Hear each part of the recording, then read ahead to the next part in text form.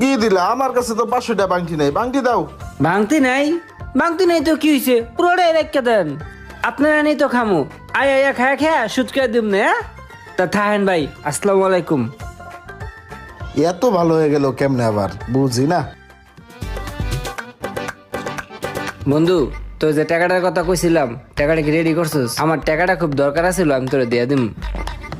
বন্ধু টাকা তো আছে, কিন্তু এই যে যে গাড়িটা খুলে রাখছি না, গাড়ির মালিকে টাকা দিয়ে গেছে মাল আনার জন্য। এখন তোরা যদি এই টাকাটা দেই, 1 সপ্তাহের মধ্যে আবার দিতে পারবি? আরে বন্ধু, তুই চিন্তা করিস না, 1 সপ্তাহ লাগবো না, তার আগেই আমি তোর টাকা তোরে দিয়ে দিম, ঠিক আছে?